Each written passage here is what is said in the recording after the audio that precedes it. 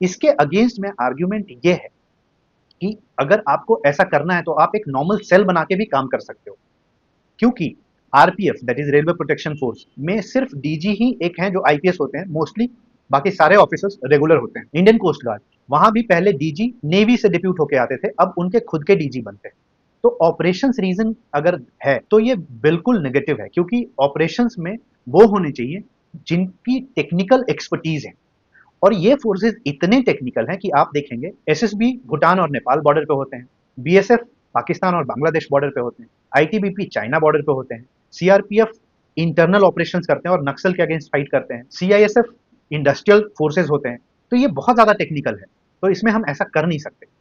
अब इसका एक आर्ग्यूमेंट ये है जो कि नेगेटिव है कि आईपीएस की जो एक पनिशमेंट पोस्टिंग होती है, प्रिविलेज पोस्टिंग होती है, तो इनको जाते जाते एक प्रिविलेज पोस्टिंग दिया जाता है।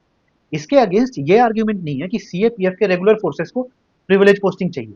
ये बात प्रिविलेज की है ही नहीं, ये बात सिक्योरिटी की है। सिक्योरिटी मतलब रिस्पॉन्सिबिलिटीज की है। तो वो लोग वहां डिप्यूट होने चाहिए जिनको रियल टाइम ऑपरेशंस का नॉलेज होना चाहिए, एक्सपीरियंस होना चाहिए। प्रमोशन सिर्फ पे एंड पर्क्स की चीज नहीं है, प्रमोशन से रिस्पॉन्सिबिलिटीज भी बदलते हैं। आप प्रमोशन स्ट्रक्चर देखें तो असिस्टेंट कमांडेंट का प्रमोशन स्ट्रक्चर कुछ इस तरीके का है कि असिस्टेंट कमांडेंट, सबसे बड़ा असिस्टेंट कमांडेंट, बेजोर असिस्टेंट कमांडेंट, शानदार असिस्टेंट कमांडेंट, मतलब ये 7-8 साल सिर्फ असिस्टेंट कमांडेंट रह जाते हैं। इनके साथ वाले मिलिट्री फोर्सेस में लेफ्टिनेंट कर्नल तक पहुंच जाते हैं, इनके साथ वाले आईपीएस में एसएसपी तक पहुंचने की होड़ में होते हैं। तो ये सिर्फ मोटिवेशन की बात नहीं है, ये रिस्पॉन्सिबिलिटीज की भी बात है। जब आप बड़े होते हैं तो आपको बड़ी रिस्पॉन्सिबिलिटीज चाहिए होती है, और आप एक ही काम रोज नहीं कर सकते। तो आप सीएपीएफ को ऐसे ना देखें कि आधा पुलिस आधा मिलिट्री, नो, पूरा पुलिस और पूरा मिलिट्री। अब इसलिए क्योंकि वो दोनों जगह काम कर सकते हैं।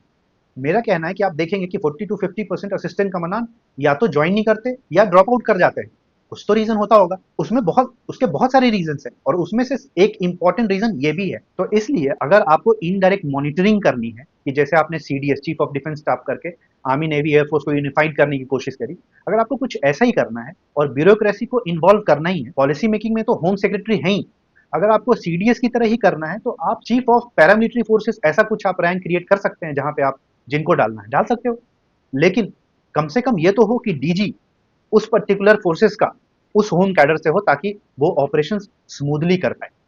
तो इसलिए मेरा कहना है कि इट्स नॉट वर्सेस दिस, ये एक सिक्योरिटी का मामला है, देश का मामला है। तो उस तरीके से सोचना चाहिए। Thank you so much.